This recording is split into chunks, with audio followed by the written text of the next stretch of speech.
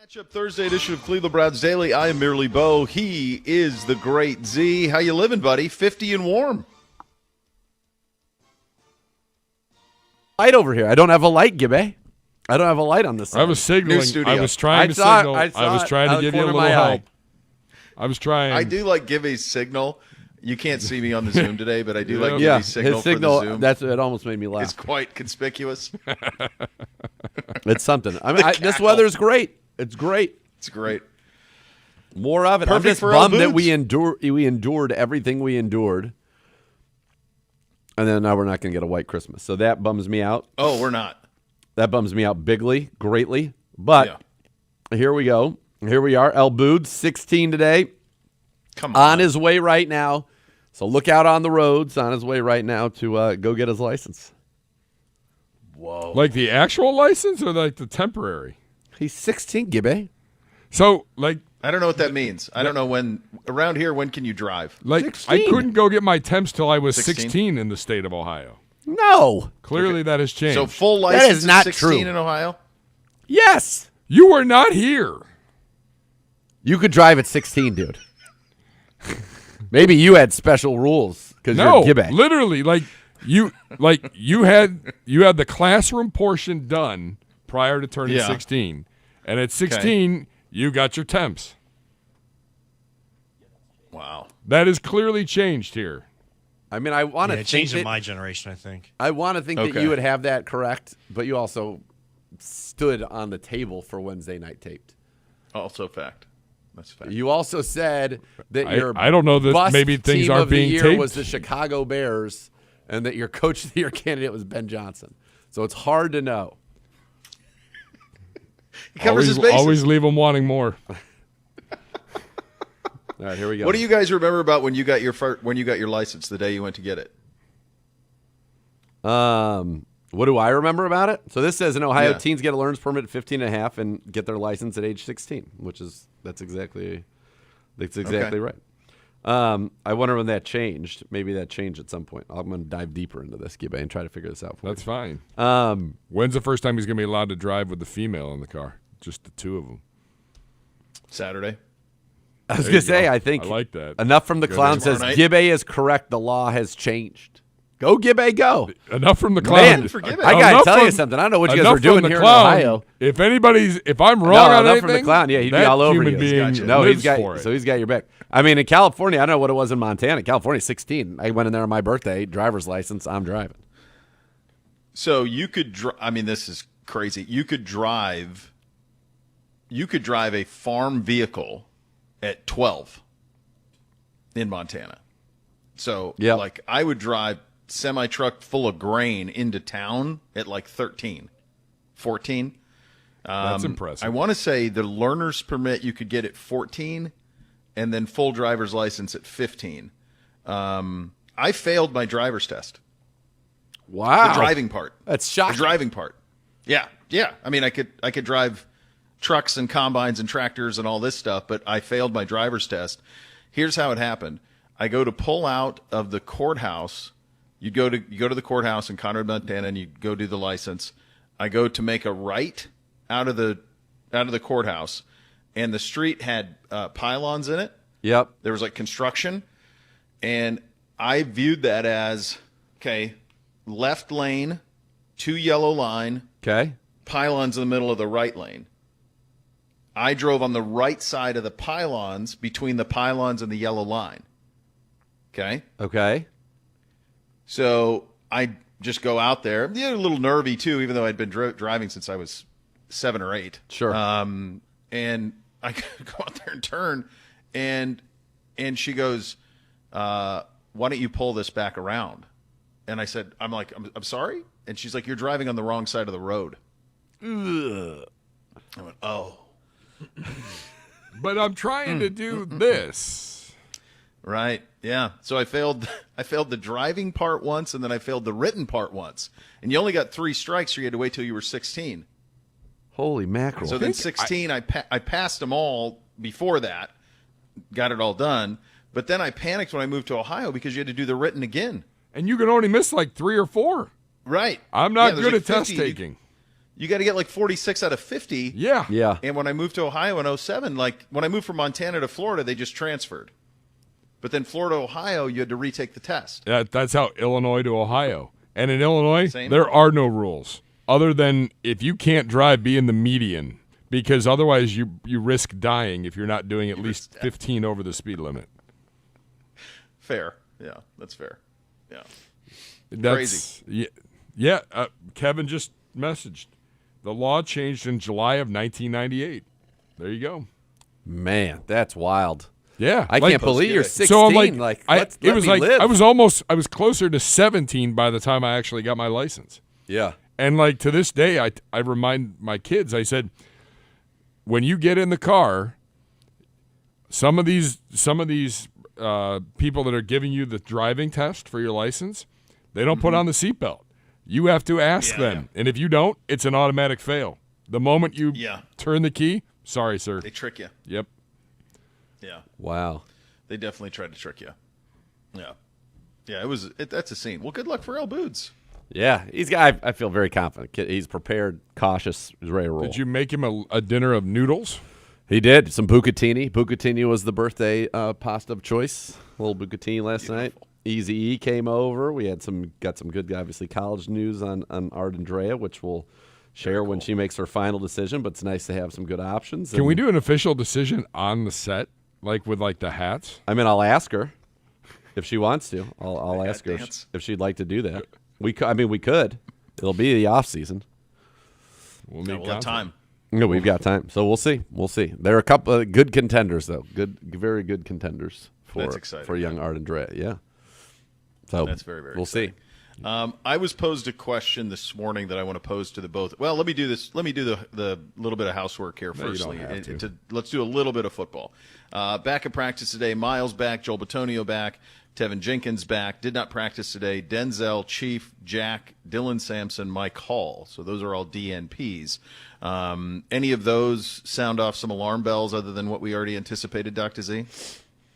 Yeah, you don't know what the illness is, but you'd imagine with an illness that can get you back pretty quickly. Denzel yesterday sounded optimistic. We'll see. I think tomorrow will be a big day for him.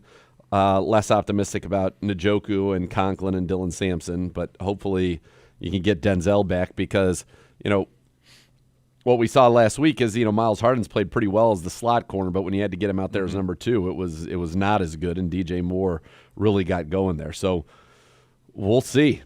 We'll see. Denzel's got a little bit at stake here as well. So Denzel has made history in that in each of his first 7 seasons, he's had at least 10 passes defensed and 2 or more interceptions. Okay. This year he has 1 interception and 8 passes defensed. So he's only got 3 games left to keep that streak going. That's the longest streak to start a career in NFL history. So I would like to see him get that opportunity. Well, yeah. Track down a little bit. I mean, and so he currently holds the record? Yes, for the longest streak to start your career. Okay. So he needs to tack on that a little bit. Would be nice if he could. It would be very nice. Here in the last 3 games. As for Buffalo, they opened the 21-day window for McCole Hardman. He was limited yesterday, not practicing over in Buffalo. All 3 were DNPs yesterday. That's Dalton Kincaid, Deion Dawkins, and Jordan Phillips on that side of things. So I want to run this by you. So you remember yesterday, or maybe was it Tuesday when I had the 4 Christmases take? Yeah, Tuesday. Okay, Tuesday the 4 Christmases take. So someone hit me up in a mailbag the following question. And I thought it was built for the 2 of you. Okay. The email said, mention that 4 Christmases is past. Love Actually is your favorite adult Christmas movie. Got me thinking, 3 actors who made their name in adult comedies also made iconic Christmas movies. Vince Vaughn, as mentioned, Will Ferrell, Elf, and then, of course, a litany. Chevy Chase. You can only have the library of one and none of the library of the others. Which do you choose? So you can have the Vaughn Library, the Farrell Library, or the Chevy Chase Library. Now, Anchorman is clearly a Farrell vehicle. Wedding Crashers is clearly a Vaughn vehicle, but you'd get them. The only one they share is Old School. Yeah, but you'd get both of the. I mean, he's still in Wedding Crashers. Yeah, but you don't. No. Yeah, you get that. Yeah, but you don't get. Yeah, that. But what? Yeah, you would still get those. You'd get Olds. Yeah, you get a great many things with. So Farrell. I'm taking Vaughn, Chase. I'm taking. And you cannot watch any. If of the ones you don't choose, you don't get any of it. The only thing that I watch with. And I do love Fletch, but the only thing that I watch with any regularity from the Chevy Chase catalog is Christmas Vacation. Wait. I don't think that's true. What about Caddyshack? There you go. What is... That's a fail. That's what I was waiting for. I'm like, this is a no-brainer for Z. Nope. I didn't think that was... I don't think that's true. No, Gibby was ready. True. Man, not I don't true. think that's true. I'm going the Farrell catalog. I still think I'd probably take the Farrell catalog. Oh, boy. Christmas Vacation. You're going against your movie. Christmas Vacation again.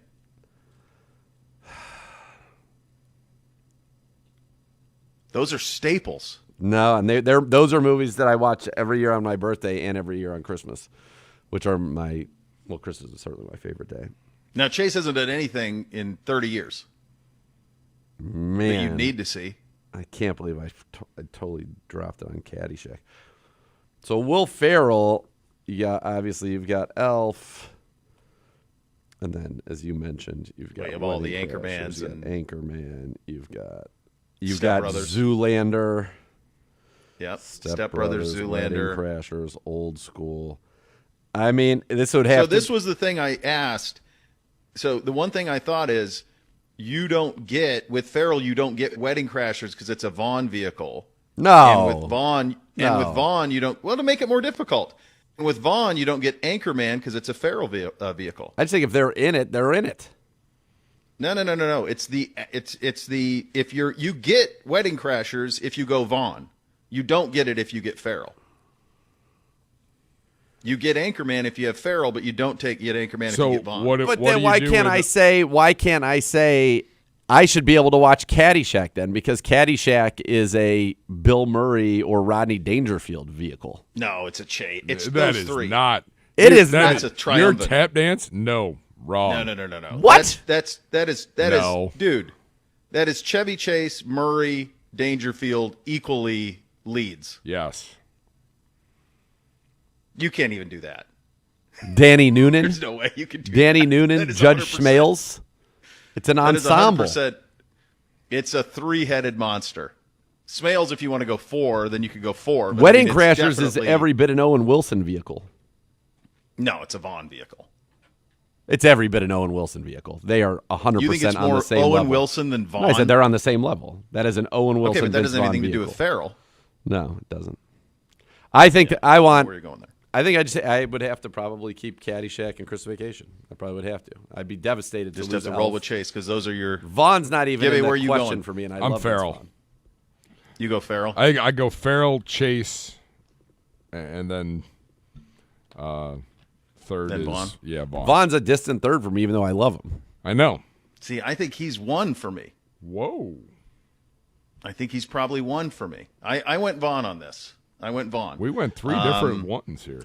You can't not have Caddyshack or Christmas Vacation in your life. That just is. Yeah, I don't know if I could not have Wedding Crashers. I mean, and Swingers was a seminal movie for me in college. Like That's a good Swingers one. is a great movie. I don't know that I mean, I don't. I would argue watch that he Swingers stole more the often show than on Caddyshack. Swingers. He stole the show on Swingers, but that's a Favreau vehicle. That is not a Favreau vehicle. They're both. That's dual bid. He's one. They're the two Favreau's leads. 100% the main character of that. Vaughn just steals it. Vaughn dominates that movie. It's okay. That's semantics. But if it's 60% Favreau, it's 40%. 100%. Yeah, 100%. And all of the stuff that you remember from it is Vaughn. It's all Vaughn. That's what Vaughn stole the It's show. all Vaughn. 100%. Yeah, it's his show. Yeah. I guess to be I know, fair, it sounds good, though. And- Vaughn is on the poster solo. It's literally his face. Yeah. It's him doing the toast. Yeah, he's doing the toast exactly. Yeah.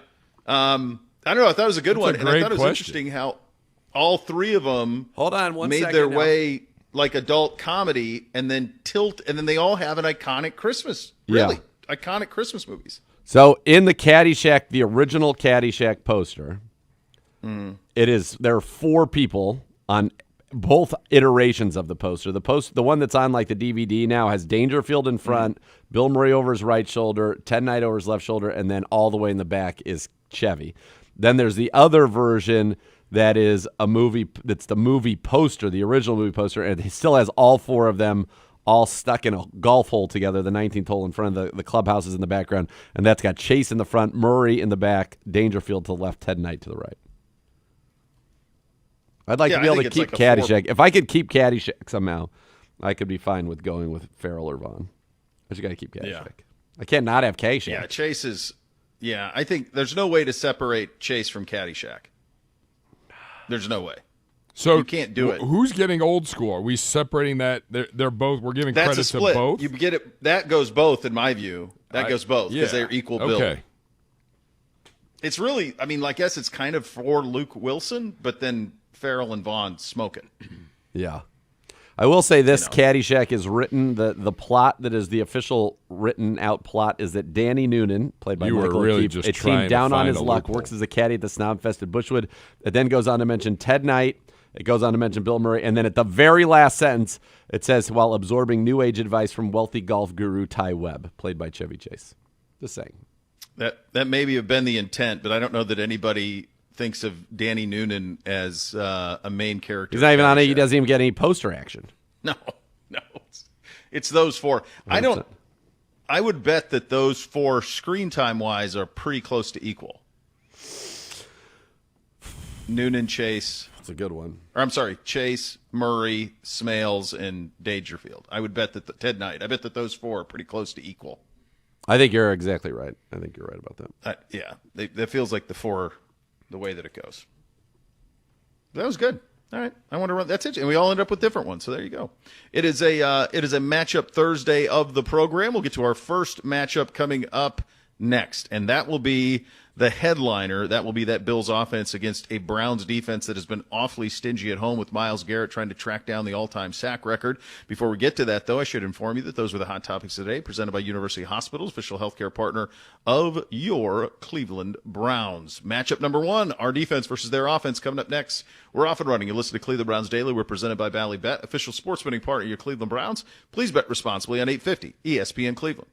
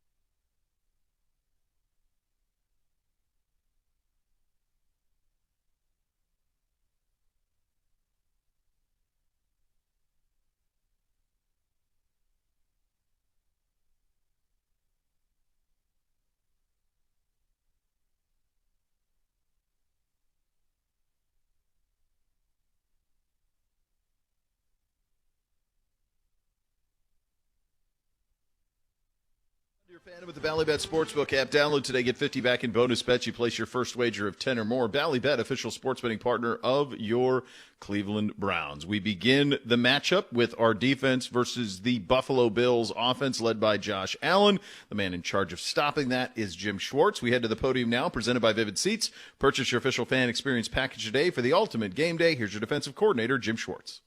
Is there a comp to Josh Allen that you can draw from?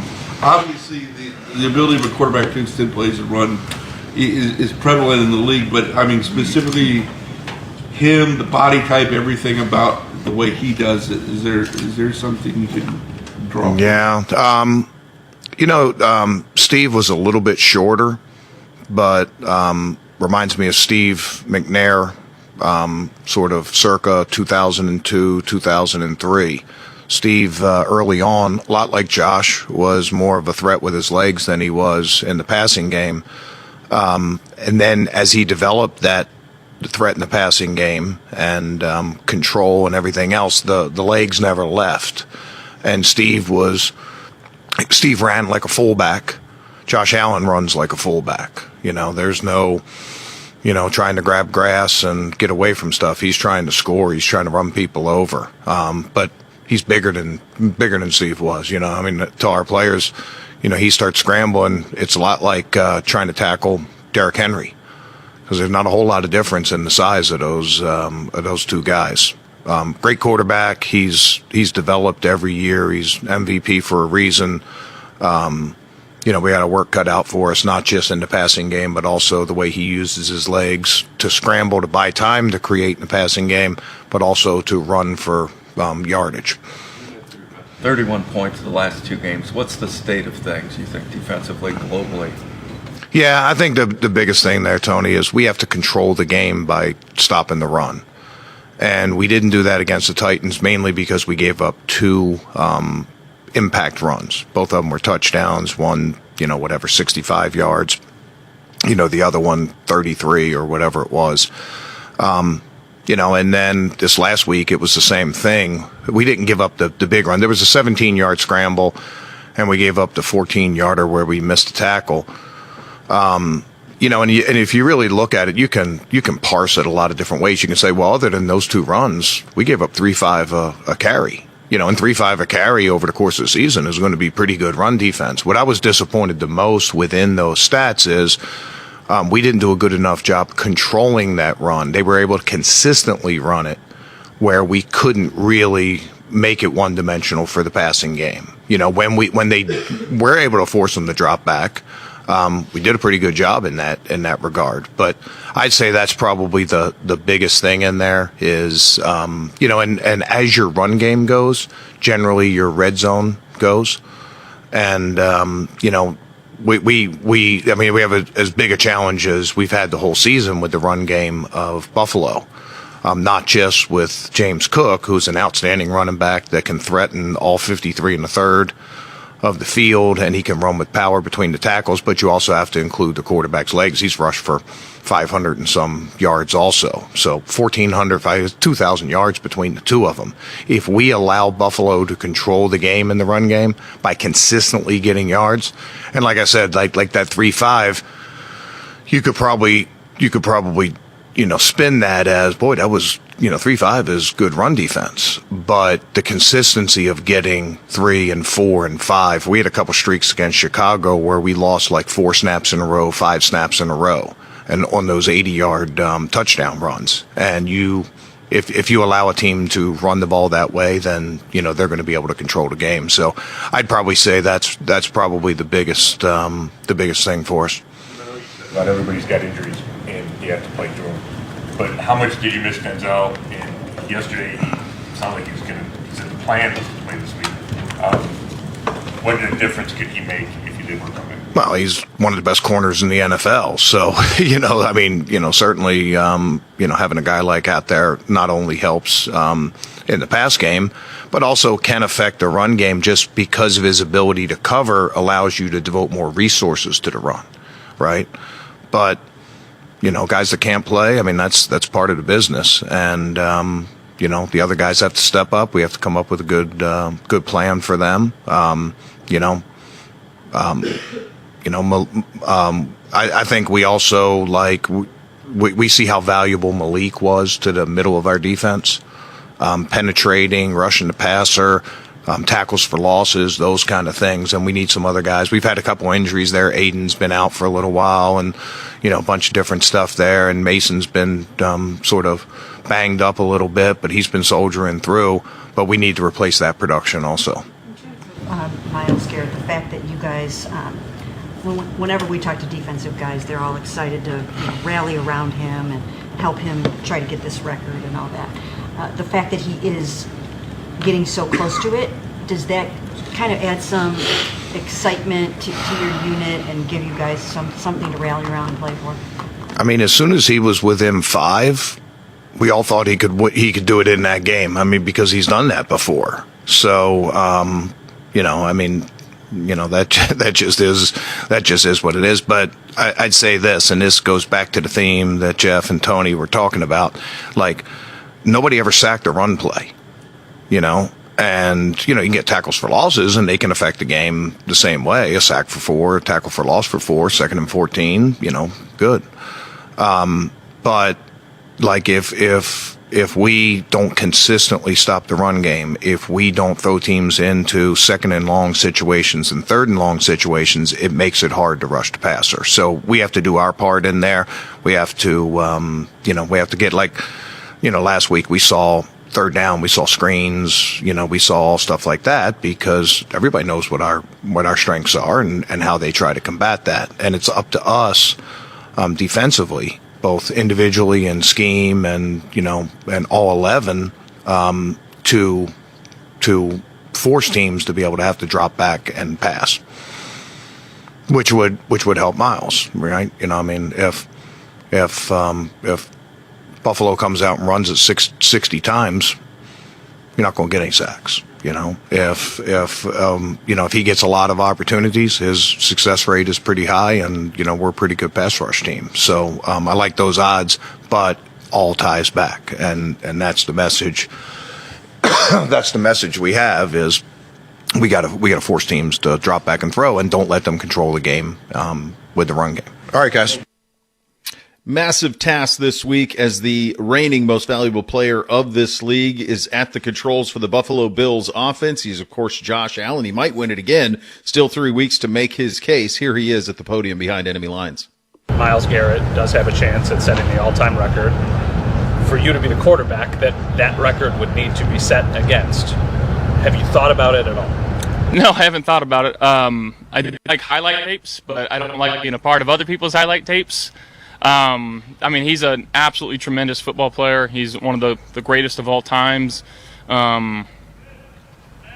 He's a force to be reckoned with, and we got to be ready for everything that they can throw at us. But you have to be aware of where 95's at all times. About his style of play, just what he's able to do. He's the biggest guy out there. He's the fastest guy out there. His ability to get off blocks, his motor is higher than really anybody else that you'll ever play. He can beat you with speed and power. He's just the all-around football player. In the film room to start preparing for his defense and Miles, is there anything watching him a little bit extra closely that surprised you? I wouldn't say him specifically. We all know how great he is, but he's not the only guy that they got. They've got a really, really great unit.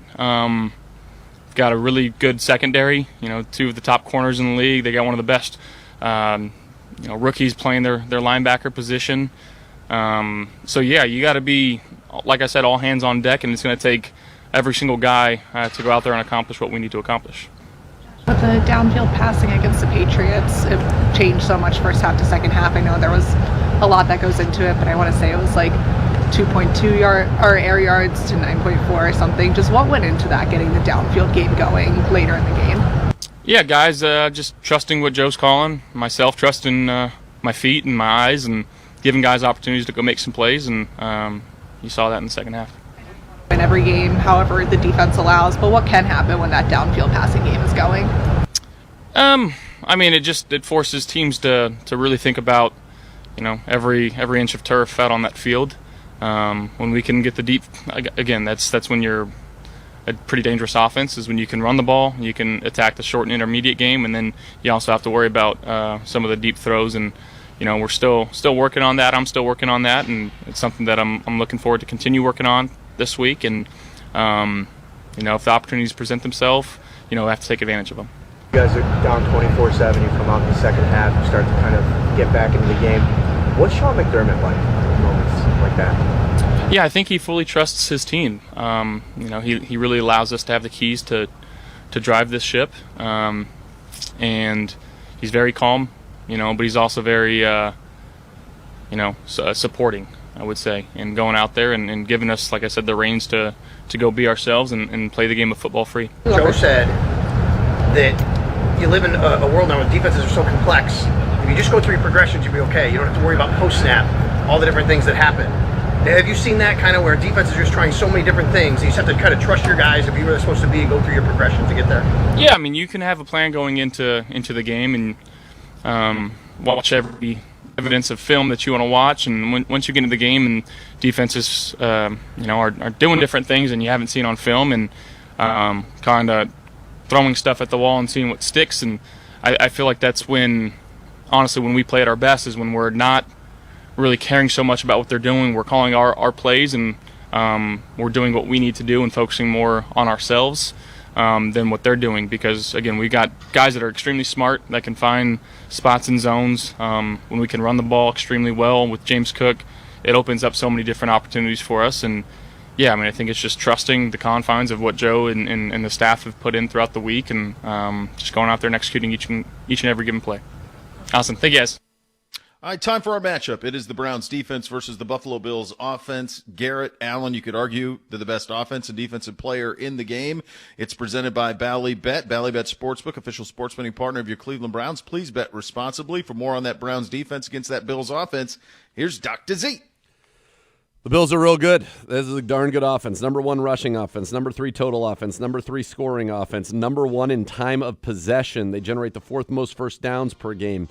They are number 3 in goal-to-go situations. They're number 4 on third downs. This is just a dominant offense. They got 2 Pro Bowlers on the offensive line, Deion Dawkins and Connor McGovern.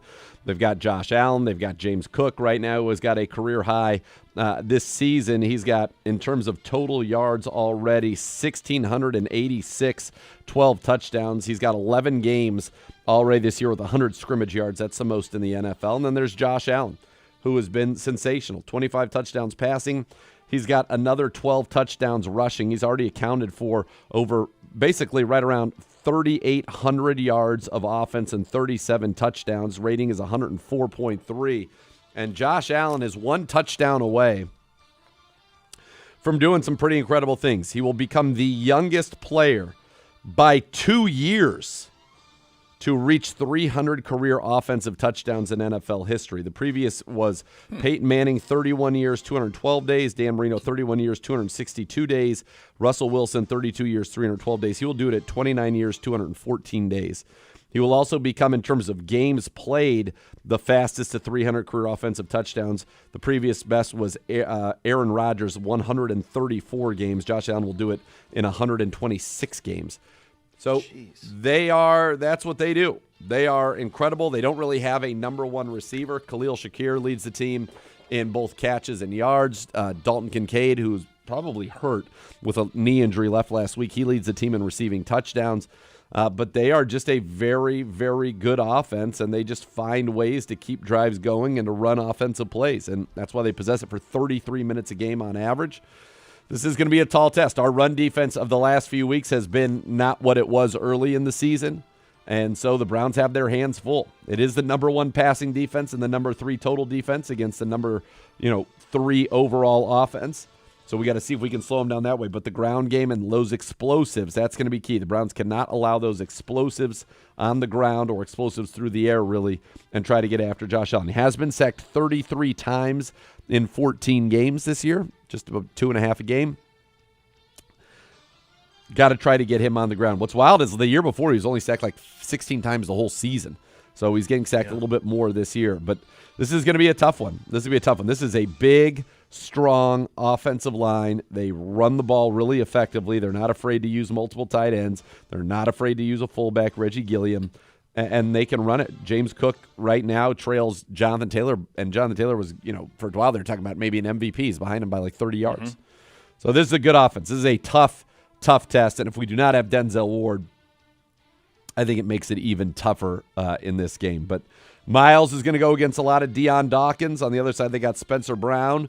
And, we're 1 sack away from tying the record, 1.5 from breaking it. And you certainly would like to see that at home. Last week, though, for Miles, only 1 tackle for a loss. So still 7 away with 3 games to go from tying that record, 8 away from breaking it. When I didn't consider that was an interesting stat about Allen with the quickest ever to 300 touchdowns or whatever.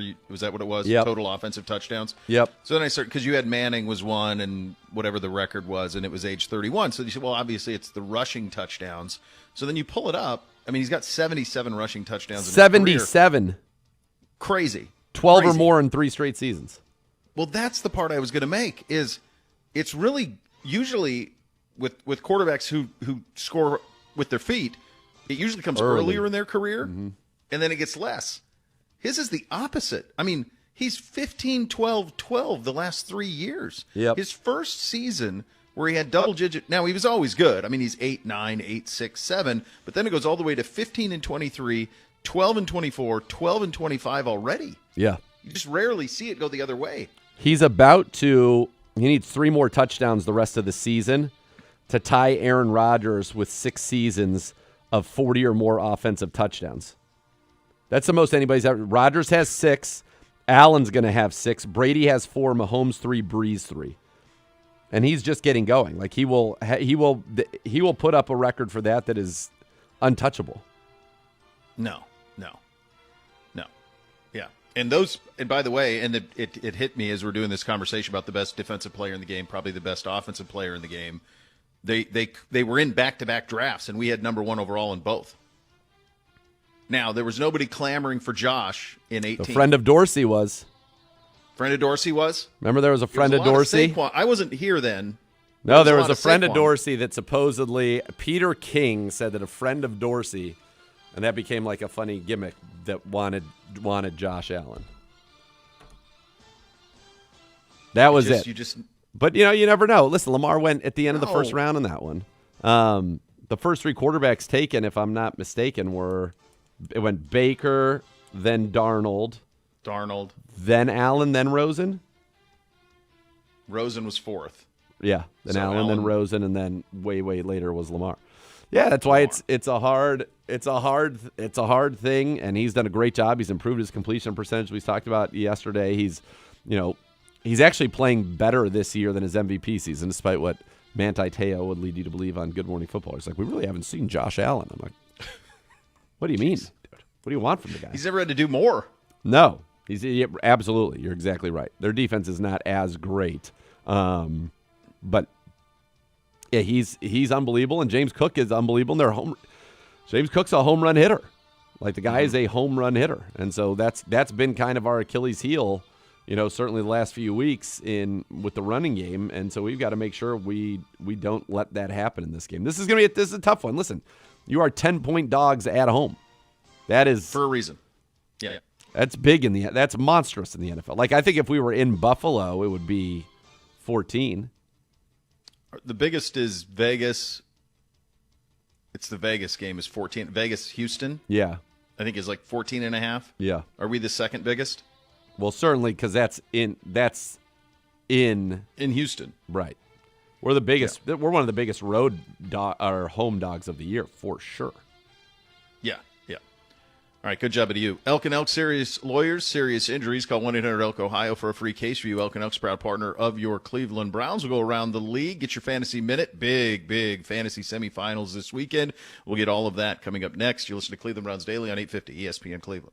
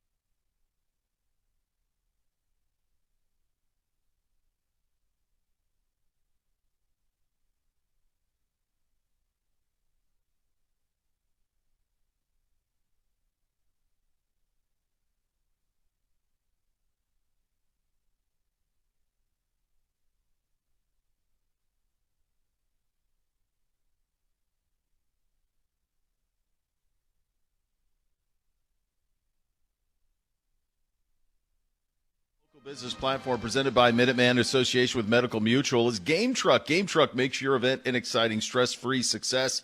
Amazing entertainment options, party favors, and certified game coaches deliver excitement to your doorstep. A couple of notes around the league. Devontae Adams listed as doubtful for tonight's huge game against the Seahawks. Boy, how about Prime? They had Cowboys-Lions 2 weeks ago, and now they get this one. Yeah, it's a good one. That it is. It is Massive a good one. Games for them. Yeah, I think Herb Street's calling. He's definitely calling 2. Yeah, Gibbe, run him down his schedule. So he's doing Thursday Night Football. Yeah. They will land in Norman, Oklahoma around 5 a.m. Friday morning. They have a 2-hour game day, and then he has to call the game tomorrow night, Oklahoma, Alabama. And then they're flying to Texas. No way. Oh, yeah. They get in at 2 a.m. Saturday morning. He's doing the noon game. I don't think which is actually 11 a.m. He's not doing. I don't think he's doing the game. I think he's doing the 3-hour game day because there's a 3-hour game day Saturday morning. I mean, how can you do all that? He's great, but I don't know how you could be good at all that. Doesn't matter how much prep time. That's a lot to consume. Yes. Yeah, that's craziness to try to do all of that. Wow. I also think college football, I know they wanted to stay away from the NFL, but that is criminal to make Texas A&M play at 11 o'clock a.m. local against Miami. Yeah, that's ridiculous. Tough. Just play it at night, and if you don't have the audience because you're losing to the NFL in some markets, fine. The people that care about A&M and Miami is a massive audience anyway. It's not going to beat the NFL, but that's okay. Like, just do what's right by your sport for once. Agreed. College football, Nate agrees, concurs. Colts opening the 21-day window for quarterback Anthony Richardson as well. So there you go on that. Hard to know if – I mean, they got 3 left. You got Rivers on Monday night against the 49ers. Time now for the Fantasy Minute. It's presented by Scaleco. Scaleco Capital, proud private equity partner of your Cleveland Browns. This is in your wheelhouse, Dr. Z. Run with it. Here we go. Fantasy semifinals in most cases. Again, this isn't – you're not reinventing the wheel here. You're dancing with what brung you for the most part. That's the way that you approach this. Now, some people may have lost, you may have lost Patrick Mahomes, so you need a quarterback. I like Jacoby Brissett if he's on the waiver wire against Atlanta. He should be picked up because he's put up such big numbers everywhere, but I think that he's somebody that you can start this week. Trevor Lawrence is playing good ball, but Denver don't like that matchup, so you might need to look for somebody else. Kirk Cousins. We saw it last week, got a little longer week to prepare, maybe get Drake London back, you get Arizona. Tyler Shuck has put up some decent numbers against the Jets, who are inept on offense, so they should possess the ball a lot in that game. Running backs, again, it's the guys that you know. Now, guys who could potentially help you out this week, Tyrone Tracy's been playing pretty well of late. Woody Marks, if he is good to go against the Las Vegas Raiders, is an excellent start.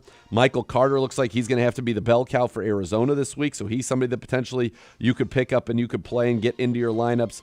You've got to look at, Audric Estime potentially in New Orleans being the main man. There's the kid Jordan who is with Houston that in the event that Woody Marks can't play, that you would play in that situation.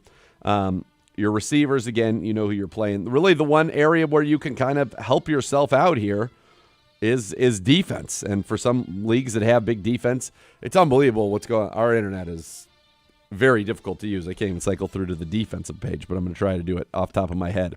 This week you got New Orleans. The Saints have the Jets. That's a good matchup. Texans against Las Vegas is obviously the best matchup. Kansas City gets Tennessee. But I think it's the Saints that get the Jets. I like that matchup. Vikings D has been pretty solid of late in terms of turnovers. They get the Giants. So those would be kind of some of the defenses I would be looking at this week as well. And there you go. Who's Bo? Any of your boys still in? Yeah, I don't know what's going on with the Beamsies. He's got some sort of a league where like they're adding. He's in an ESPN league and they're like adding points from previous. I don't know what's going on. ESPN does 2-week playoff. Each round is 2 weeks. Oh, gross. It's ridiculous because then the final week of the Super Bowl is going to be week 18 where you could have people sitting people who have buys, and it's awful. I told him, I thought his thing was done. I'm like, you're done. He's like, no, I'm still in it. I'm like, this is absurd. I've never seen such a stupid thing of 2-week fantasy things. But apparently that's how ESPN Zagura, does. are So you he's still in that? Am I what? Are you still in? Oh, yeah. Me and S going for our 4th title. Look at him getting a little snack right there. Get a little snack. Ooh, tasty. I'm still in the one that I've been in for 25 years. I'm in the semifinals. Nice. And it's one that matters if you win. And the thing that is interesting is, and I really hate this spot, guy I'm playing in the semis, buddy of mine, I've known him for a quarter century, he's got all Niners on Sunday or Monday night. So he's got Jonathan Taylor. So he's got Jonathan Taylor, CMC, Jennings, like all these guys going Monday night, and I'm all done by like 8:00 Sunday. It's the waiting game, dude. Monday night's going to be tense. It's going to be tense. Listen, every league matters for the pride. That's why we play this game. That's right. That's right. But Ohio, I do have a question from a listener, Ohio resident, getting out ahead of Ask CBD. Need fantasy advice. Full point PPR. RB2 between Kareem, Pacheco, Michael Carter, and a flex between Watson, Jay Reed, and Jay Downs. Watson as in Christian Watson? Yes. I think he might be banged up. So I'd go Jaden Reed of those 3, and then I'd probably go, if Carter's starting in the guy, he'll put up bigger numbers than Kareem. Is completely touchdown dependent to have a decent week. And Pacheco, they've been dreadful. I don't expect that they're going to become all of a sudden a better team without Patrick Mahomes. Yeah, he said, I already have CMC, McBride, Hurts, A.J. Brown, and T-Mac already starting. Well, that's good. It's a nice little roster. Yeah, he's in a pretty good spot. Yeah. Yeah, Reed? Yeah, I would go Reed of the other 3. They're starting to get he's done pretty well. Yeah. It's this is it, man. Semifinals this week, finals Let's next week. go, I've baby. never heard of that, the ESPN thing. The double week thing. Is that standard for them? Yeah, that's standard for the way ESPN does it, which I think is I like it. On one hand, I like it because it eliminates, a 1 week or where one injury could, cripple you and end your season. Sure. But the timing of it is not great, and it ends up being I end up not liking it. You'd almost have to start it the week before. I wouldn't want anything having to do with week 18. Yeah, you'd have to start. I agree with you. You'd have to start a week before. And it also makes it impossible. Like, you can only have 4 teams make an ESPN playoff league, which is fine. I mean, not everybody deserves to be in there. But if you're in a 12-team league, most leagues would have 6 people make it. The guy that runs our board, the fabulous Michael Bohm on game days. Bohm, shout out. Bohm. Out of nowhere. Bo Nix or C.J. Stroud? Bo Nix against Jacksonville or CJ against Vegas. The problem with CJ is that he could end up not having to throw it that much. But he's just back and forth today. It's just back and forth. It's like conducting an orchestra. Can we just put my Fitbit on him? What's the outfit? Beautiful suit, brown leather monk straps that end in an A, Italian of some kind, of course, for sure. Yeah. Yes. You got to go Knicks there, I think, Boom. I think so as well. Because you could have, that Houston thing could be over at half, and you're just running it. Yep. Exactly. So that's the thing. That's also what's tricky at 14.5 in that one, which makes that one, because you just don't know. Like, I think it'll be fine, but that's the other part that's tricky with a game with that big of a mismatch. All right, second hour of the program coming up next. Z goes one-on-one with Rex Sunahara. You have that to look forward to, which is very, very nice. We'll do the other side of the matchup, though, coming up next. Our offense versus the Bills' defense. You listen to Cleveland Browns Daily on 850 ESPN Cleveland.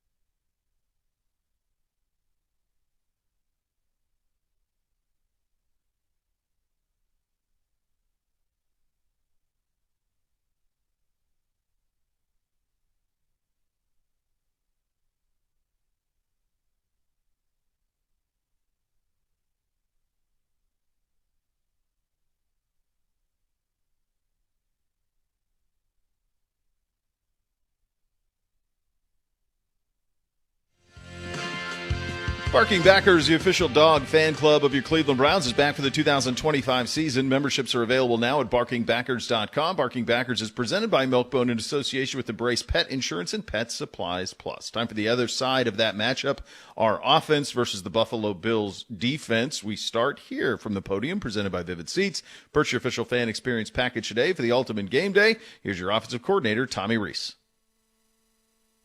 Performance against Chicago. What was the thing that maybe in that game, I mean, for all the bad, maybe that you saw the positive step forward out of? Yeah. Well, I mean, there were some explosive plays there. Like, I thought the third down where he hit IB down the middle of the field, the drop was really good. The timing was good. That was a look that we kind of had prepped for, knowing how they were going to play. And just felt like there was a real improvement there on seeing the coverage, recognizing the timing that it needed to come out on, and making that explosive. Had a good alert there on the post to IB versus 0, stayed in the pocket, threw it on time to a spot, getting hit. Evades the rush well, is able to extend. And, there's always positives to draw on. They don't always drive home results, but there's always little things within the game that you're going to have positives on and look to continue to build upon. And then, look, there's going to be ups and downs, and there's going to be things that you want to coach. That's certainly across the board for our players right now. So it's important to find those both positive reinforcement, things that you're doing well, and then find the areas that we need to continue to improve on. But he's been really good this week in terms of taking all that in and being excited to go out and continue to improve and continue to build upon the things that he's doing well for us right now. Yesterday, a lot about his completion percentage. It sounds like it's a teaching point he's been given. What's the problem there? He's 20 points down from his college numbers. I know there's going to be a drop-off. Yeah. Yeah, I mean, I think it's different. There's a different level, right? And there's different types of throws you're being asked. I think for any young player, for any young quarterback, the adjustment of playing in this league of what is open versus what's not open, what does timing look like versus waiting on things, when is it time to try to extend versus taking what might be there. The completion percentages, we talked about the sack numbers very early in the year and talking about that's not solely on the offensive line, and talking about the run game not solely being on the offensive line.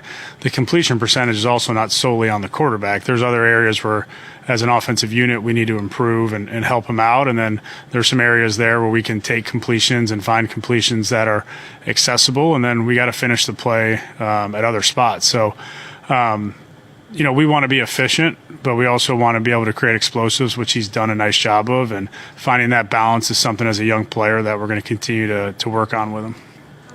You look at the Bills' defense; their passing defense is second in the league. How can you guys utilize the run game to help open up those opportunities in the pass game and create that balance? Yeah.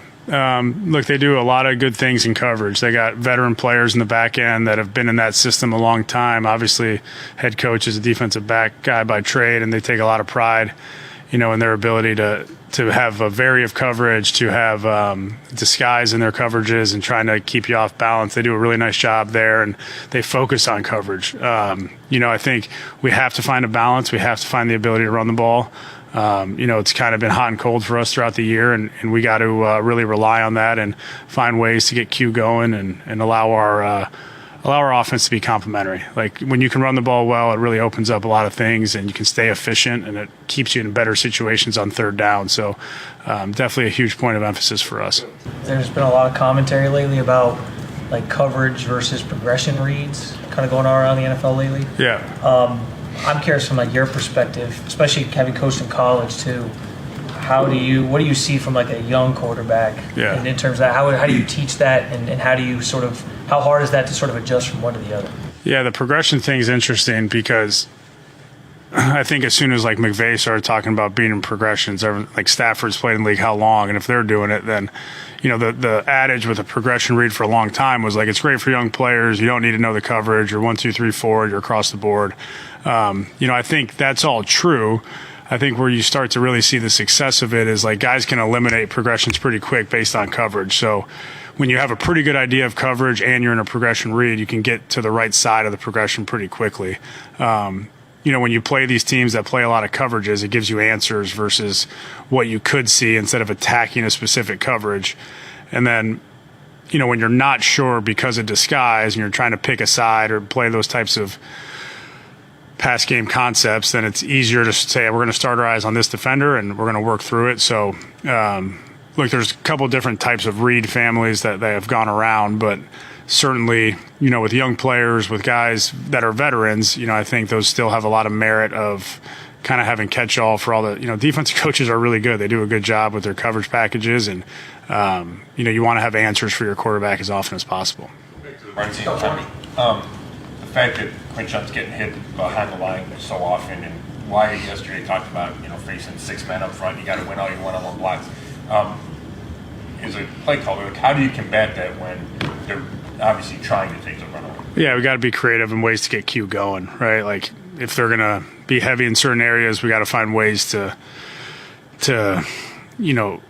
access the part of the field where they're not. And, against Chicago, kind of, you start backed up and you go 3 and out, and then there's a swing in the game there where all of a sudden, you're off script, you're off openers, you're off, what you intended to be at. And we got to find ways, even within those times, to continue to focus on, allowing Q to. He's created a lot of explosives for us. He's carried games for us. So finding ways to continue to have him, impact the game. Your jumbo package was obviously affected by depth in Chicago. I mean, you got guys off the street. It's tough, I guess, to integrate them into your jumbo package. But you get the fullback back now. You love Aiden, man. I'm just wondering if that'll help Quinshon. Yeah, Aiden, like I've said, Aiden does a great job in the things that we ask him to do. We've had some injury issues. We've had some depth issues, tight end, O-line. I do think it helps our group. We've been effective in that personnel grouping. Aiden's done a great job for us, and I'm sure that breeds confidence into those situations for the rest of the group. Aiden's got a lot of energy. Like, he comes in the huddle, he's ready to go. He's hard-headed. I mean, he definitely instills some juice into the group when he's on the field. So we're excited to have him back. He's provided a lot of value for us this season, and it's good to get him back healthy for certain. All good? Thanks, guys. All right, for the other side of that matchup, we head back to Orchard Park. Here is Bills head coach, Sean McDermott. Hey, Sean, you've got this year your defense, so many of these guys that are just aging veterans that have really stepped in for you and played well. Guys have come back to the team. Can you maybe quantify how important that's been? I didn't know you get some young guys, but these veteran guys have really kind of stepped up for you. Yeah, they have. You've got a group over here, as I mentioned, I think it was on Monday in the press conference, of big time, experienced veterans, and you got a group of a quotient of young guys who are just learning what the NFL is about, right? First year players in particular. So it's good to have some of these guys who can teach by example, number one, and then also get shoulder to shoulder with some of these young players to impart some of the wisdom that they've learned over the years just around the NFL and our system, what have you. And some of those guys in this part of the equation are also, real tone setters for us and from a toughness standpoint as well. You and your staff have had a lot of success in adjusting the second half, especially on defense. What's that like for the players, and what have you learned about your team in having to do that multiple times? Or I know you do it every game, but substantially multiple games during this year. Yeah, it's, as I've said before, a person that was in the league when I was younger said to me and to our staff years ago, hey, it's one thing to have a game plan, but it's another thing to have a staff that is able to adjust in the midst of a game, whether it is at halftime or, second quarter, what have you. That's critical. And again, but it takes two, right? It takes the staff to be able to know how to do that, but also then the players have to execute that, because you can have adjustments, but the players aren't in a spot or space where they're able to adjust and execute those adjustments. And so that combination of buy-in from the players is huge for us. Over the last month, maybe 2 months, is there anything that you saw leading you to believe that Matt Milano still had that type of game in him? Was there progressions that you kind of saw day in and day out? Yeah, right here, right there.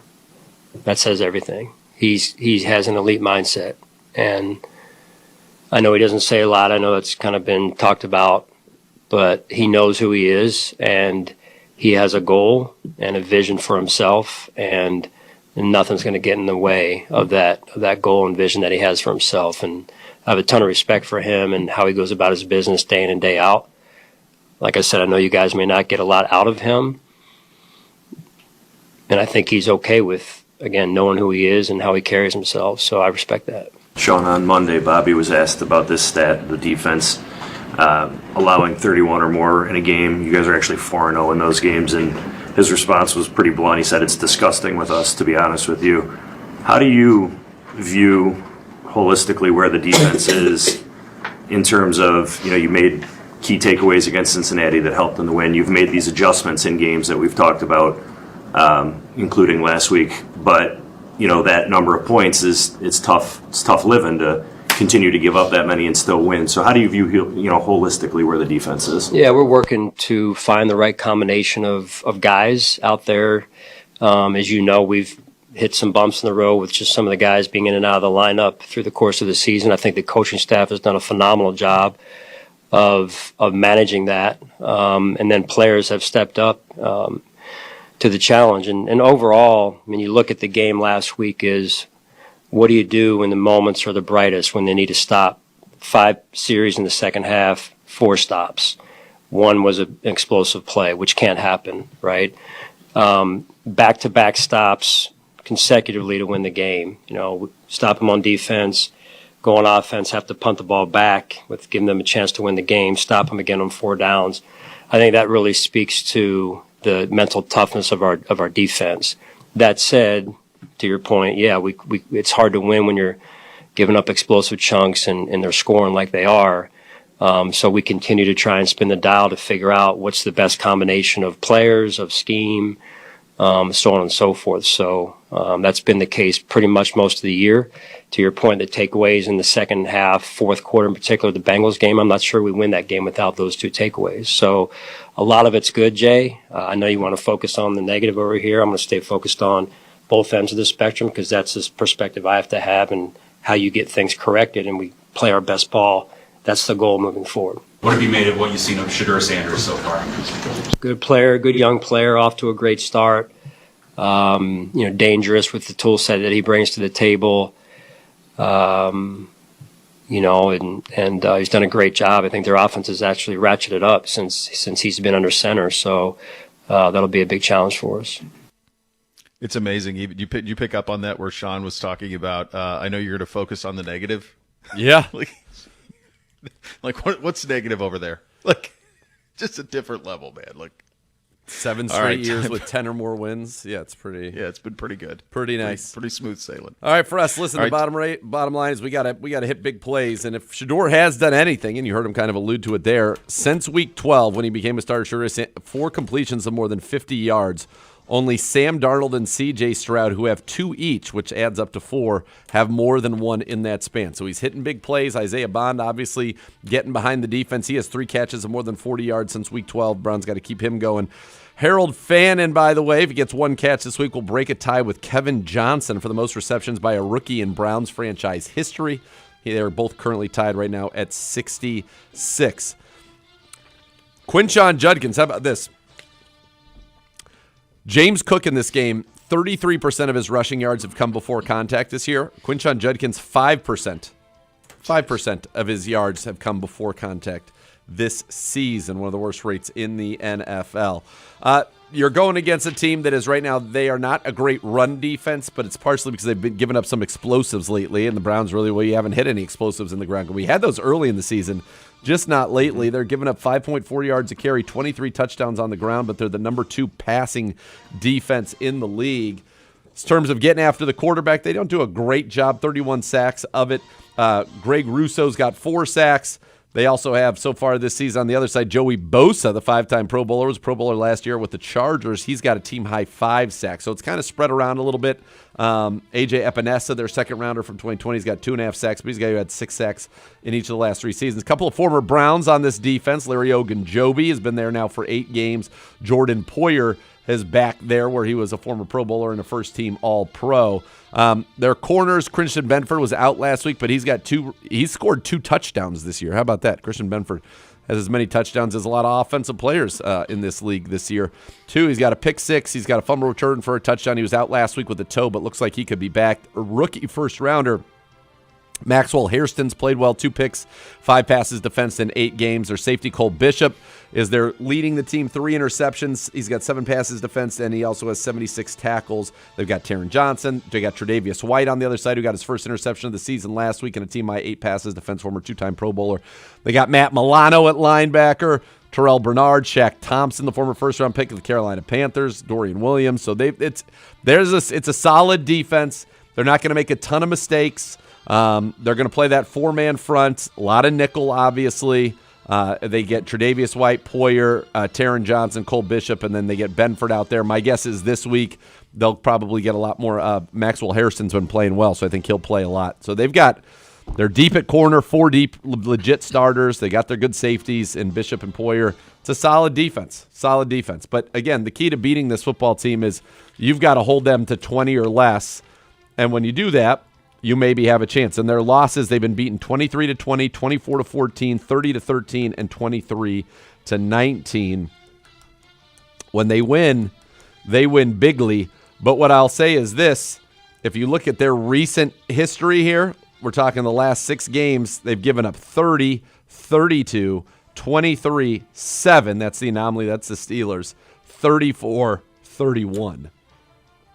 Who are their 4 losses to, Z? Do you have it up there? The New England Patriots, they lost 23-20 at home on October the 5th. The very next week, they went to Atlanta on Monday Night Football, and they lost 24-14 to the Atlanta Falcons.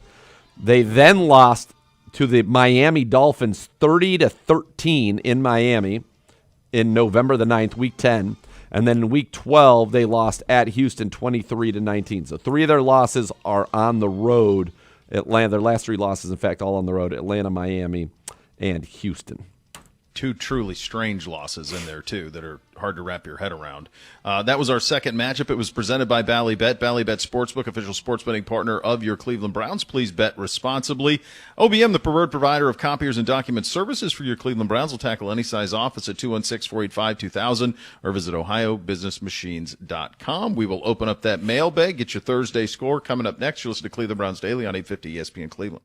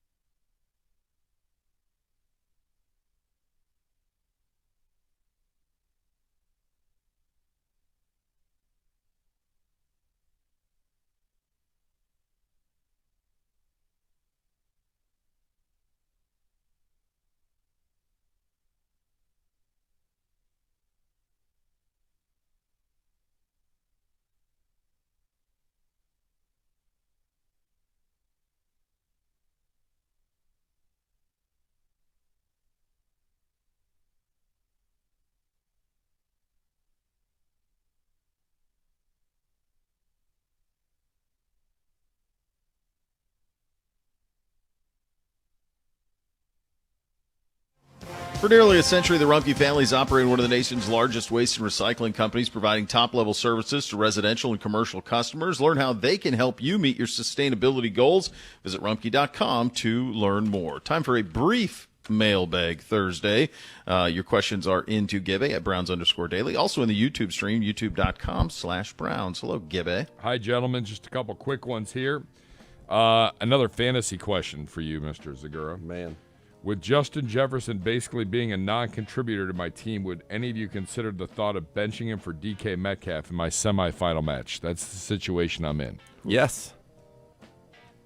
Unfortunately, yeah. Pittsburgh plays Detroit. Yeah, that should be a shootout in Detroit or in Pittsburgh. In Detroit. In Detroit. Yeah, in a dome. Yes. Yeah. I mean, Justin Jefferson at this point is what Justin Jefferson is.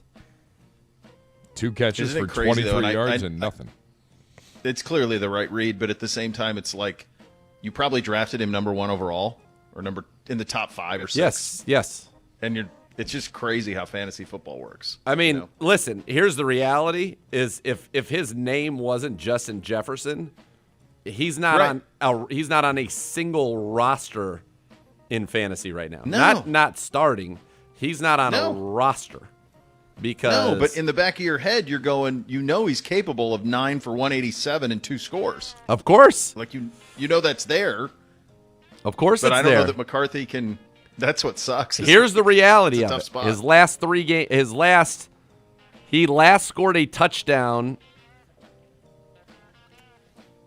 against Detroit. He has gone 6 games without a touchdown. And in that span without a touchdown, he's got 4 for 37, 5 for 61. By the way, the game he scored a touchdown, he had 6 for 47. He went 6 for 47, 4 for 37, 5 for 61, 4 for 48, 2 for 4, 2 for 11, and 2 for 22. Yeah. I mean, Justin Jefferson for his career was the all-time leader in receiving yards per game coming into this season. He is no longer that anymore. He went 87.5 yards a game, 95 yards a game, 106 yards a game, 107 yards a game, 90 yards a game. This year he's at 59. And I wonder when it's all said and done, will people remember what happened this year to him? Because he's a first-ballot gold jacket start to his career. Totally. But this, you're going to look back 5 years from now and go, what happened in 2025? He's still going to get to 1,000 yards, I would think. So he's got 3 games, and he needs 168 yards. He'll get there, I would think. Yeah. Baker Mayfield or Sam Darnold? Baker, Carolina. Baker just hasn't played well. Baker hasn't played well of late. From a fantasy standpoint, last week was his best, 277-2. He'd gone 4 straight games before that with fewer than 200 yards passing and no multiple touchdown games. He's only had 2 multiple touchdown games since October the 12th. His last 1, 2, 3, 4, 5, 6, 7, 8. 8 games, 2 multiple touchdown games, no 300-yard games. And in fact, he's only been over 250 yards twice. I mean, I know Mike Evans is back, so maybe that helps, but I have a hard time playing him right now. Not that Darnold's been on fire lately either. That's not a good. That's not. Get Jacoby Brissett. Yeah. Speaking of Thursday night football, it's time for a Thursday night football score. Ramit on the road. Tons of travel issues. They had to get 2 planes because the one plane they had mechanical issues. Ramit on the road in Seattle. This for the number 1 seed in the NFC. Zagura, quickly, score. A lot of trouble right now with the Rams. Puka Nacua making headlines they don't want. No Devontae Adams. Boy, it just feels like it's all set up for the Seattle Seahawks at home to just go and make a statement here and get the job done. The Seahawk waves on a roll. The tide is rushing in. The Hawks are going to win. Well played out of you. Samesies. That's a real song, by the way. Coming up. I know. Yeah, I didn't think you made that up. Yeah. That's a good job out of you. All right, coming up next, Z goes one-on-one with Browns long snapper Rex Sunahara. You're listening to Cleveland Browns Daily on 850 ESPN Cleveland.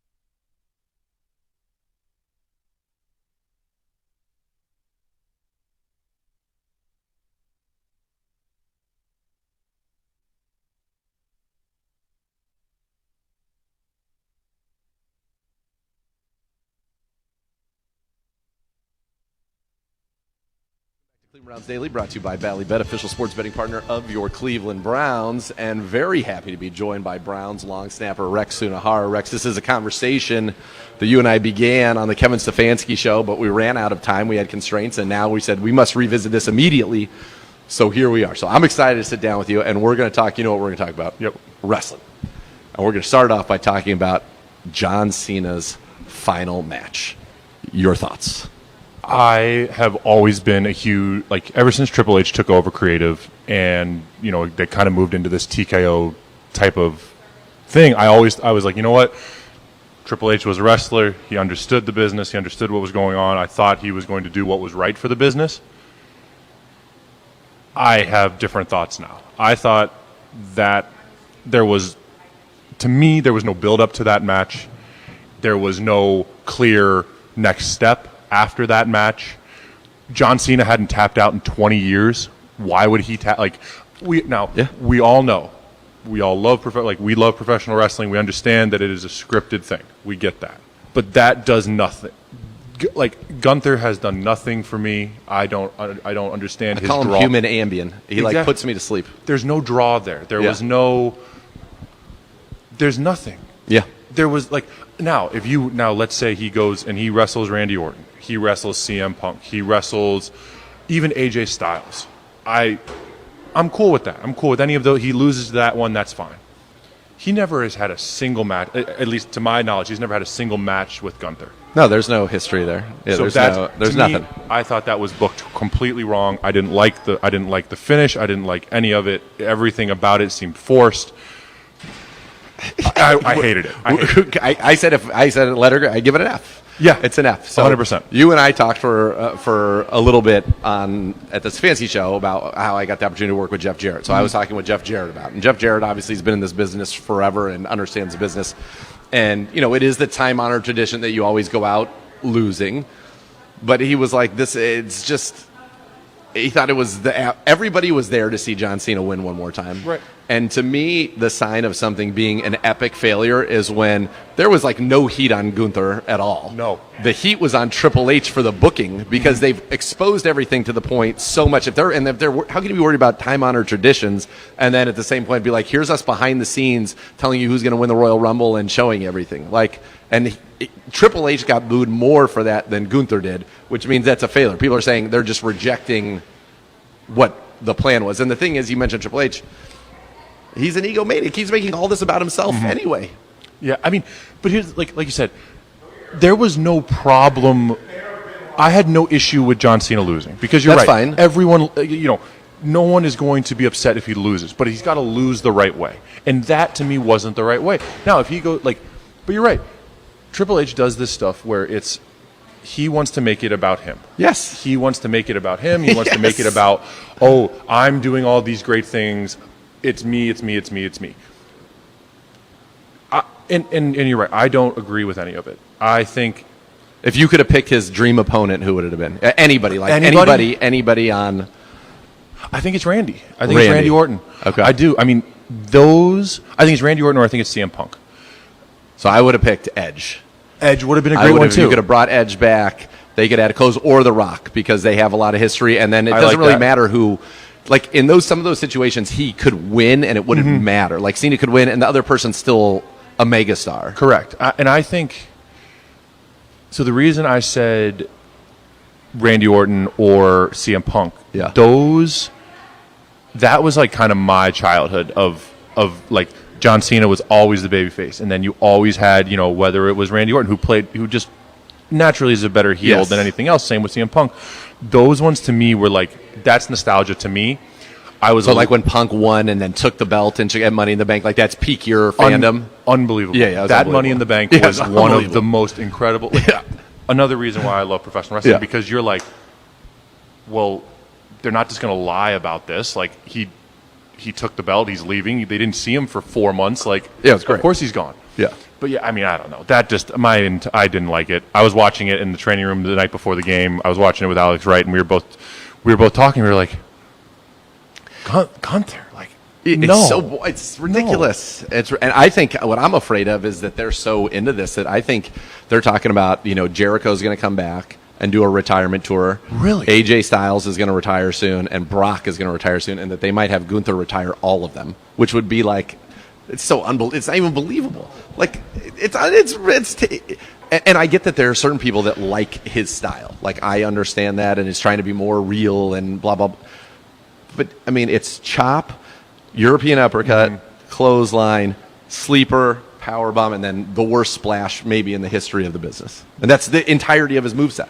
But is that what they're trying? Like, so did you see his Instagram post where he was like, professional wrestling greater than sports entertainment? Yeah, which is fine, completely fine. But I like calling it pro wrestling. I do too. And but my thing is I don't think I don't think that's the face of pro wrestling. Absolutely not. Did you watch any of Monday? A touch. Did you watch his promo? Yes. Like his heat was weak heat. No. It was kind of like X-Pac go away heat. Yeah. And that's the thing though, is like, no offense to X-Pac, who's a fine man. I've gotten to meet him many times. Very nice guy. You don't ever have like, but like you said about Triple H, like there was more heat on him. Yes, the Booker than Gunther ever has. Like, yeah, that's bad for business. It's horrible for business. Like I don't think Gunther has been over a day in the company. I don't think there were so many better heels that they could have put out there. I would have rather almost had it gone Cody, like again, had it gone Cody Rhodes versus John Cena. That's fine. It would have been fine. But yeah. All right. When you talked about kind of a little bit with the era you came in, when you said, I'm going to ask you two questions, but the first one is, what would be the match that you would show somebody who was a friend of yours that wasn't a wrestling fan? And you're like, this is why this is professional wrestling. So there's two. Oh, good luck. I have WrestleMania 17, The Rock and Stone Cold. Oh, baby. I love that one. Really? That one is unbelievable. And then also I love WrestleMania 18 in I think it's Toronto. Hogan and The Rock. So that's my answer. Hogan and The Rock is the greatest. It's perfect. It's pro perfect. wrestling. It's perfect. That is pro wrestling. It's perfect. I'm getting goosebumps right now. I love it. But I also loved, like, for some reason, I loved the and maybe it was because I didn't know, like, I think social media has played a bit of a downfall in professional wrestling because there's no secrets. There is no secrets anymore, and that was kind of the great thing about professional wrestling, where it's like you kind of know, but you didn't. Yeah, and it was so like I loved the entirety of WrestleMania 17. I think it's the best WrestleMania ever. Because that's the one. So the first one I ever went to live was 19. So I was at 19, 20, 21, 22, 23, 24. My kid was born, so I wasn't there. 25, 26, 27, 28. You went to all of them?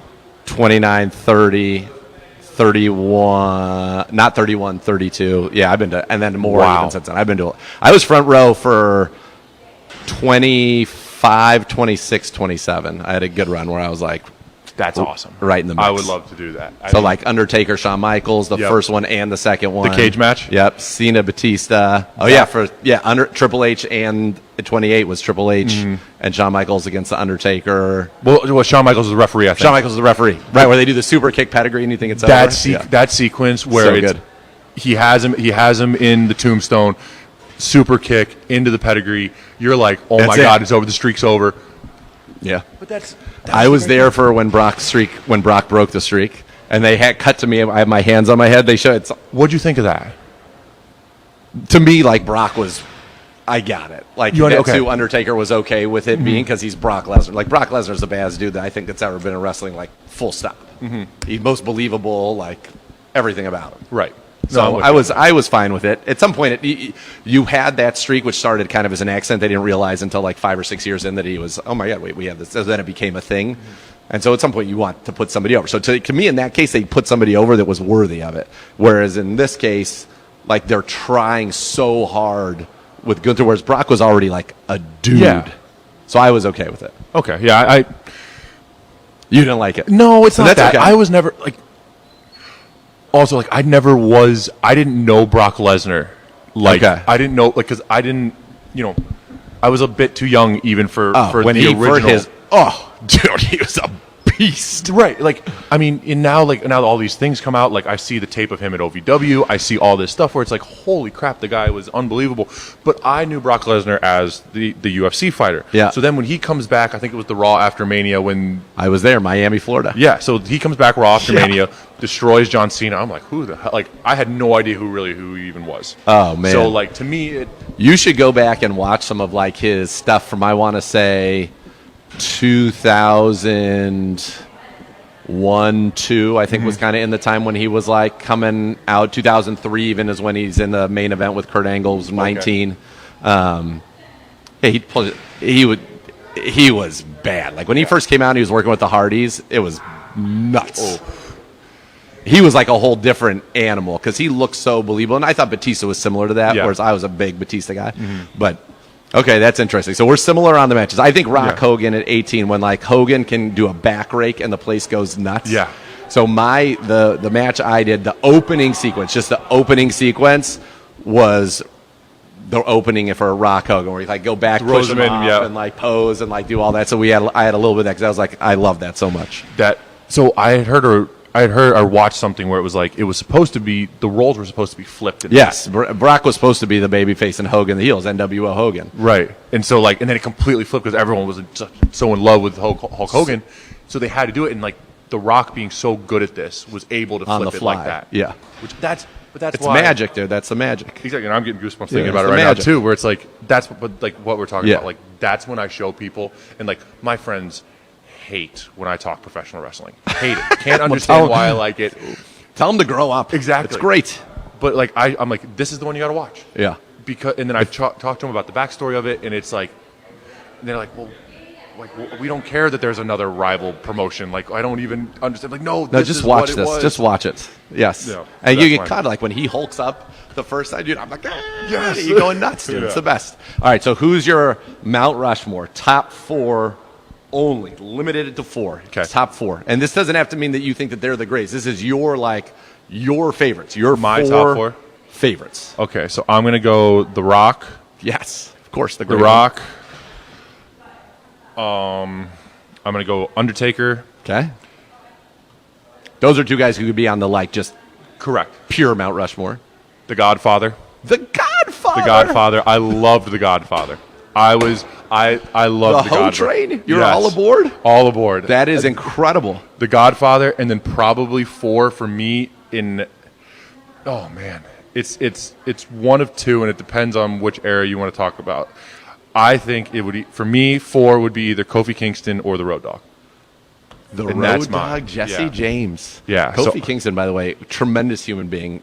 Whenever I had the opportunity to be backstage, I was always so nice to my kids. That's awesome. When they were like blowing up, and my kids had the unicorns. They loved it. Him and Big E and Xavier, they were so nice. They gave him bootios. They gave him a bunch. So my kids love Kofi Kingston. Is a great guy. When he won the title, we were at that WrestleMania, and he was just like, it was like a boyhood dream. Like he was just genuinely so touched that he got to experience that and do that. And he's an awesome dude. And those were always like the best. And Road Dogg's great too. Yeah, I mean that's all. So you're mixing though. That's older stuff. Good Godfather, and that's Attitude Era. Same with Road Dogg. But that was like one of the best things that I think WWE ever did was getting on Peacock and put the whole Rolodex archive for sure of everything, because I had never seen that stuff up until probably 20. Whenever it was, 2020 was when it went on there, and COVID. So I'm like, okay, I'm just gonna watch old wrestling things. I was like, oh my god. Do you ever watch any old ECW? So I'm not great there. I've watched One Night Stand. I've watched. That's not even. I'm talking real ECW. I never saw it. Easy. So I would think there's. Do you like the guy? Did you like Jeff Hardy? Yeah, love Jeff Hardy. Loved the Dudleys. Loved Sandman. Loved Tommy Dreamer. All those guys. Rob Van Dam. The whole effing show. RVD is the best. Yeah. He would be. I don't know if he would make it onto my Rushmore. He'd be up there. Macho Man would be on mine for sure. Okay. Rock, probably Macho Man.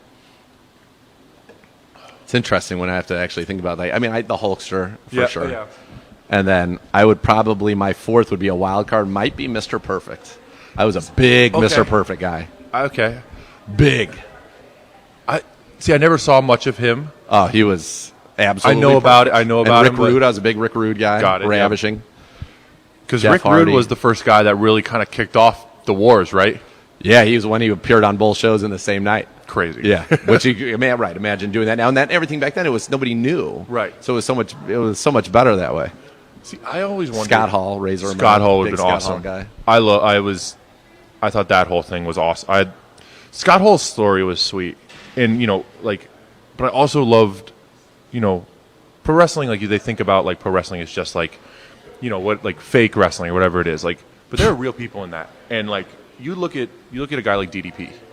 DDP has saved so many people's lives. DDP yoga. Yeah. Exactly. Like so many people. Like I think Lex Luger was never supposed to walk again. No, he got him walking. Yeah.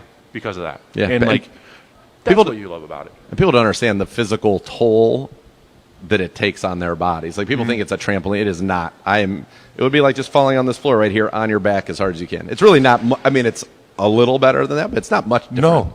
It sucks. When I went there, I did 100 flatbacks the first day. That's like what they made me do as like part of my training to go. And like, I could feel my teeth rattling. It was terrible. I'd have to add The Miz because he's a great personal friend of mine, and of course Matt Cardona because that's my dude, the broski. Where did The Miz go to high school? Not Nord. Do you go to Parma? No, he went in Parma to Normandy. He went to Normandy. Normandy Invaders. And then did Ziggler go to Ed's? Ziggler did, yeah. Got it. Yeah, okay. And then went to Kent State. Ziggler's a great dude too. Great worker. Tremendous worker. My brother and I, so my brother Arjun and I, that was where we love like. So did you guys ever have a tag team name? What was your tag? So we actually never did. We just wrestled each other. We never actually did that. But because that was like we hated Dolph Ziggler. We hated Dolph Ziggler. We hated The Miz because that was we hated The Miz. Oh, we hated him. Couldn't stand him. By the way, he failed to win our fantasy league again this year. Still 0 titles. 0. I have 3. No big deal. But no big deal. But like, because the faces in that time were like in like the mid card where, we had Zack Ryder, you had Evan Bourne, you had Kofi, my guy Morrison, John Morrison as well. That was awesome. And it was always Dolph Ziggler and Vicky Guerrero. Yeah. God, I hate both. Excuse me. Those two, when they would walk out, my brother and I would just be like, "This is miserable. Like, why can't we turn this off? Like, can we just turn this? Like, can one of these guys just kick his ass and then we can be done with this?" So good. But hey, all right, the business. We gotta wrap this up. Maybe we'll come back and revisit this next week because this is like MJ. What's up, the great MJ Emerson walking by? MJ Emerson, a fine man. All right. If you were to be a wrestler, have you ever given yourself a wrestling name? Now, I just wrestled under my own name, but like when I was playing 2K or whatever, I'd always have, like a different name. What's your name? What would be your gimmick? So that you don't have this. You're thinking about it. You wrestled your brother and you guys just wrestled? We just wrestled. You didn't have like a championship belt? No, we didn't. SCW, Sunahara Championship Wrestling? We didn't. I know, it was bad. This is unbelievable. Bad on our part. But yeah, we would like watch it and then we would just try random stuff. Okay. And that was. So what was your finisher? Did you have a finisher? I loved the tombstone pile driver was always because I never understood how that guy wasn't dead. Every time. Yeah.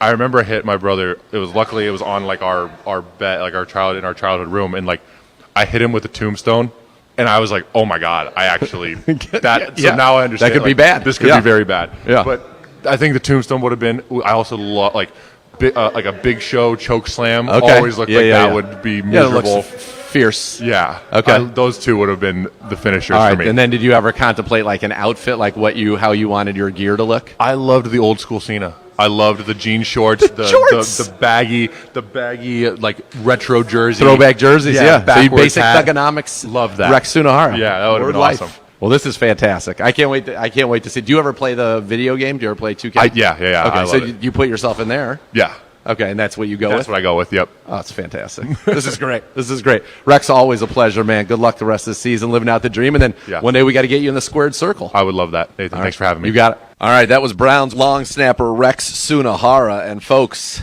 for those of you that enjoy that, for those of you that like the world of professional wrestling, Rex is going to be back with us. He's going to be back. We're going to do like a Royal Rumble show. We're going to do a Road to WrestleMania show, WrestleMania reviews. So we're going to get some wrestling with Rex, which I think is going to be a lot of fun going forward. So something for everybody right there to look forward to. Want to thank everybody for joining us today. Always good to go through those matchups right here. This is going to be a tough game. Let's just be honest about it right now. The Buffalo Bills is a very good football team. They've got the reigning MVP, could be the MVP again in Josh Allen. But tomorrow we're going to go get into everything again. We're going to go through the keys to victory for this game. We're going to have a little over-unders. The champ is still here. That's right. We can still say that here because we have not retired on this program. And we're going to go ahead and invite you to pay attention to the scores. Pay attention to the scores. So normal Friday lineup, getting you ready for the big weekend, the start of Christmas week, the start of the holidays. It's going to be an absolute blast. So I want to thank you all for being with us. Don't forget tonight, 7 p.m., the Kevin Stefanski Show, all along University Hospital's Cleveland Browns Radio Network. Join myself, Gerard Cherry, your head coach of your Cleveland Browns, and Browns kicker Andre Schmidt, who made a boyhood dream come true, made a field goal in Soldier Field. You're going to get to hear about all that. That's coming up tonight right here on the Kevin Stefanski Show on the University Hospital's Cleveland Browns Radio Network. That will do it for us here on this edition of Cleveland Browns Daily, brought to you by Ballybet. On behalf of Bo Bishop, the Great Gibbe, the G-Man, Dr. J, and of course, I would be remiss if I didn't finish this show by saying happy birthday, happy 16th birthday to my son Bryce. El Boods, I love you. And folks, get ready. The Boods is going to be on the road. He's a good driver, though. Very, very good driver. So we got another good one out there, folks. Go Boots. All right, that'll do it for us. Thanks for listening to Cleveland Browns Daily on 850 ESPN Cleveland.